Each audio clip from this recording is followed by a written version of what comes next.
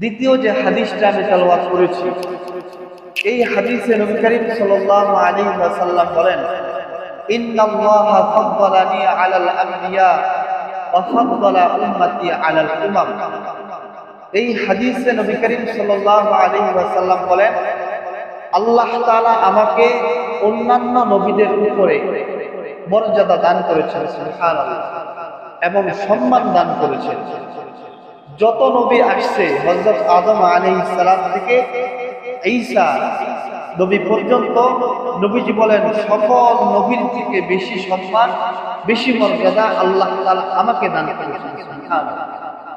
দ্বিতীয় নম্বরে বলেন ওয়া ফাদ্দালা উম্মতি আলাল উমাম, এবং আদম আলাইহিস সালাম থেকে নিয়ে হযরত ঈসা আলাইহিস সালাম পর্যন্ত যত নবীর যত উম্মত আছে, সব উম্মতদের থেকে আমার উম্মতকে নবী করিম সাল্লাল্লাহু আলাইহি ওয়াসাল্লাম বেশি মর্যাদা এবং বেশি সম্মান দান করেছেন, সুবহানাল্লাহ। তাহলে এই হাদিসের ভিতরে দুইটা অংশ, যে দুইটা অংশ আমাদের বুঝার দরকার। একটা হলো কি কি কারণে আল্লাহ তাআলা অন্যান্য নবীদের উপরে আমাদের নবী মর্যাদা বাড়িয়ে দিলেন, এটা হলো এক নাম্বার। দ্বিতীয় নাম্বার হলো কি কি কারণে আল্লাহ তাআলা অন্যান্য নবীদের উম্মতের থেকে আমাদের শেষ নবীর উম্মতের মর্যাদা বাড়িয়ে দিলেন। এই দুইটা বিষয়। একটা বিষয় বলবো আজকে, কি কি কারণে আল্লাহ তাআলা অন্যান্য নবীদের উপরে আমাদের নবীদের মর্যাদা দিয়েছেন। নবী করিম সাল্লাল্লাহু আলাইহি ওয়াসাল্লামকে অন্যান্য যত নবী আছে তাদের উপরে যে আল্লাহ তাআলা নবী করিম সাল্লাল্লাহু আলাইহি ওয়াসাল্লামের মর্যাদাকে বাড়িয়েছেন, নবী করিম সাল্লাল্লাহু আলাইহি ওয়াসাল্লামের যে মর্যাদা সম্মান এটাকে বাড়িয়েছেন, এর বহু কারণ আছে। এর ভিতরে কিছু কারণ হলো, নবী করিম সাল্লাল্লাহু আলাইহি ওয়াসাল্লাম বলেন যে আল্লাহ পাক রব্বুল আলামিন আমাকে পৃথিবীর প্রথম মানুষ আদম আলাইহিস সালাম থেকে কিয়ামত পর্যন্ত যত মানুষ আসবে, চাই সে মানুষ হোক এবং নবী হোক, সব থেকে বেশি জ্ঞান আল্লাহ তাআলা আমাকে দান করেছেন, সুবহানাল্লাহ। নবী করিম সাল্লাল্লাহু আলাইহি ওয়াসাল্লাম বলেন, উতীতুম ইলমাল আউয়ালিন ওয়াল আখিরিন। নবীজি বলেন শুরু থেকে শেষ পর্যন্ত যত জ্ঞান আছে, যত মানুষ আছে, সকল মানুষের জ্ঞান থেকে আল্লাহ তাআলা আমাকে বেশি জ্ঞান দান করেছেন, সুবহানাল্লাহ। এটা গেল এক নাম্বার কারণ। দ্বিতীয় নাম্বার কারণ হলো আমাদের নবীজির মেরাজ হয়েছে। কি হয়েছিল? মেরাজ হয়েছে। নবীজি বলেন অন্যান্য নবীদের মেরাজ হয় নাই, সশরীরে আল্লাহ তাআলা আমাকে মেরাজ করিয়েছেন। এরপরে নবী করিম সাল্লাল্লাহু আলাইহি ওয়াসাল্লাম বলেন, আল্লাহ পাক রব্বুল আলামিন আমাদের নবীকে অন্যান্য সকল নবীর উপরে যেই কারণে মর্যাদা এবং সবচেয়ে বেশি সম্মান দিয়েছেন, এর ভিতরে অন্যতম এবং সর্বশ্রেষ্ঠ কারণ হলো আমাদের নবী হযরত মুহাম্মদ মুস্তাফা সাল্লাল্লাহু আলাইহি ওয়াসাল্লাম, ইনি হলেন শেষ নবী, সুবহানাল্লাহ। এনার পরে আর কোনো কেউ আসবে না, নবী আসবে। এটা হলো সর্বশ্রেষ্ঠ এবং সর্বোত্তম কারণ হলো এটাই যে আল্লাহ তাআলা অন্যান্য নবীদের উপরে আমাদের নবীদের, আমার শেষ নবীর যে কারণে সম্মান দিয়েছেন, এক নম্বর কারণ হলো এটাই যে আল্লাহ পাক রব্বুল আলামিন হুজুর পাক সাল্লাল্লাহু আলাইহি ওয়াসাল্লামকে শেষ নবী বানিয়েছেন। আল্লাহ পাক রব্বুল আলামিন কুরআনুল হাকীমের মধ্যে বলেন, মা কানা মুহাম্মাদুন আবা আহাদিন মির রিজালিকুম ওয়ালাকিন রাসূলুল্লাহ ওয়া খাতামান নাবিয়্যিন। নবী করিম সাল্লাল্লাহু আলাইহি ওয়াসাল্লাম বলেন যে মুহাম্মদ সাল্লাল্লাহু আলাইহি ওয়াসাল্লাম তোমাদের কোন পুরুষের পিতা নন, কোন পুরুষের কি নন? পিতা নন, কিন্তু তিনি আল্লাহ তাআলার রাসূল এবং তিনি হলেন শেষ নবী, সুবহানাল্লাহ। এখানে আরেকটা কথা বোঝার বিষয়, আল্লাহ তাআলা এখানে বললেন মুহাম্মদ সাল্লাল্লাহু আলাইহি ওয়াসাল্লাম তোমাদের কোন পুরুষের পিতা নন। এখানে মানুষের পিতা হয় দুই প্রকারের। কয় প্রকারের? দুই প্রকারের। এক নাম্বার হলো রূহানি পিতা, আরেক প্রকারের পিতা হলো যার ওরস জাত থেকে অন্য একজন সন্তান জন্ম নেয়, অর্থাৎ রংশে মাত্রে বসা হলো পিতা। দুই রকম পিতা। আল্লাহ তাআলা এখানে যে পিতার কথা বলেছিলেন যে মুহাম্মদ সাল্লাল্লাহু আলাইহি ওয়াসাল্লাম তোমাদের কোনো পুরুষের পিতা নন, এখানে আল্লাহ তাআলা বলছেন যে মুহাম্মদ তোমাদের কোনো বংশগত পিতা নন। মুহাম্মদ সাল্লাল্লাহু আলাইহি ওয়াসাল্লাম তোমাদের কোনো পুরুষের কি নন? বংশগত পিতা নন, কিন্তু মুহাম্মদ সাল্লাল্লাহু আলাইহি ওয়াসাল্লাম তোমাদের রূহানি পিতা। কি পিতা? রূহানি পিতা। রূহানি পিতা বলা হয় যার কারণে, যার সংস্রবে থাকলে, যার নিয়ম কানুন মেনে চললে আমার দিনের যে গুনাহ আছে, আমার দিনের যে পথভ্রষ্টতা আছে, সেটা থেকে আমি দূর হতে পারি, আমি গুনাহের পথ থেকে বের হতে পারি, জান্নাতের পথ দিকে আমি অগ্রসর হতে পারি, তাকে বলে হলো রূহানি পিতা।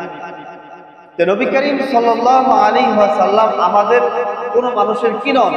বংশগত পিতা নন, কিন্তু তিনি আমাদের নবী হিসাবে তিনি আমাদের রূহানি পিতা।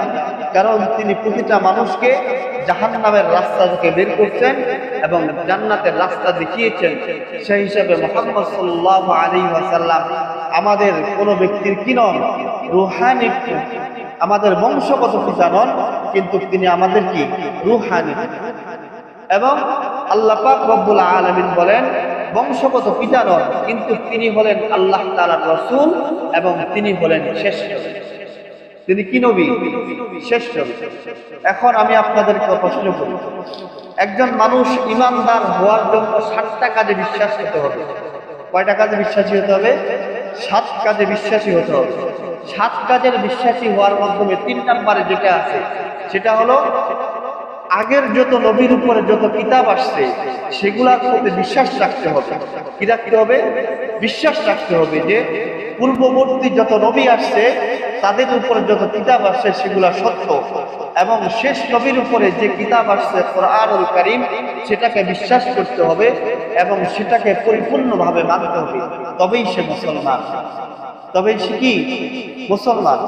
এখন কোন ব্যক্তি যদি আল্লাহ পাক রব্বুল আলামিনের কোরআনের এই আয়াতটা না মানে, মা কানা মুহাম্মাদুন আবা আহাদিম মির রিজালিকুম ওয়ালাকিন রাসূলুল্লাহ ওয়া খাতামান নাবিয়্যিন, ধরেন পুরো কোরআন শরীফ সে মানলো, শুধু এই একটা আয়াত মানলো না, তাহলে সে কি মুসলমান থাকবে না কাফের হবে?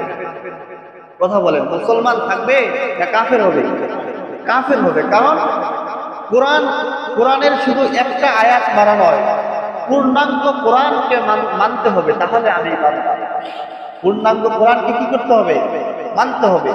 আমি কোরআনের একটা আয়াত মানলাম যেটা আমার সাথে ফিট খাইল, আর একটা আয়াত মানলাম না যেটা আমার সাথে ফিট খাইল না, তাহলে সে ইমানদার নয়। তাহলে সে কি নয়? ইমানদার নয়।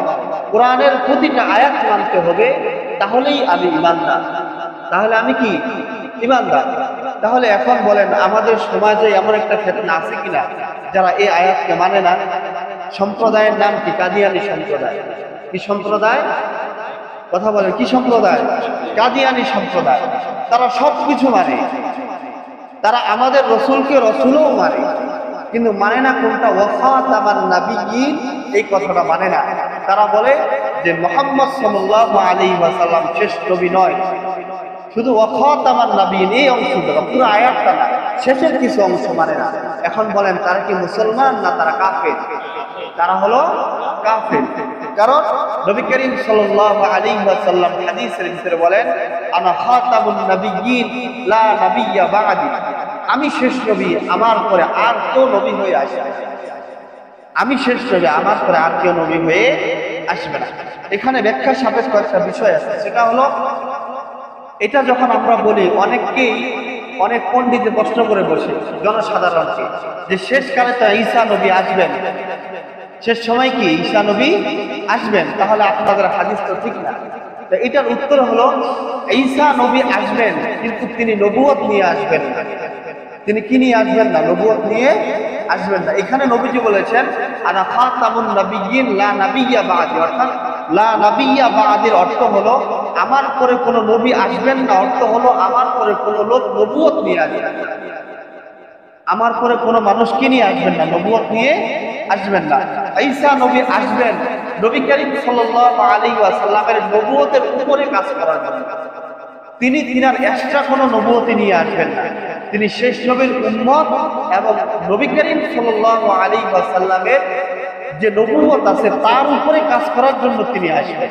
তিনি নবুয়ত নিয়ে কি আসবেন না, পৃথিবীতে আসবেন না। এবং নবী করিম সাল্লাল্লাহু আলাইহি ওয়াসাল্লাম অন্য হাদিসের মধ্যে বলেন, লা তাকুমুস সাআতা হাত্তা ইউবআসা দাজ্জালুনা কাযাবুনা কুল্লুহুম আন্নাহুম নাবিয়্যুন ওয়া আনা খাতামুন নবী লা নাবিয়্যা বা'দি। নবী করিম সাল্লাল্লাহু আলাইহি ওয়াসাল্লাম বলেন যে কিয়ামত ততক্ষণ পর্যন্ত হবে না যতক্ষণ পর্যন্ত কিছু মানুষ নিজেকে নবী দাবি করবে না। কিছু মানুষ নিজেকে কি করবে না, নবী দাবি করবে না। এবং নবীজি বলেন যারা নবী দাবি করবে তারা হবে মিথ্যাবাদী এবং দাজ্জাল। কথা বলেন, তারা কি হবে? মিথ্যাবাদী এবং দাজ্জাল।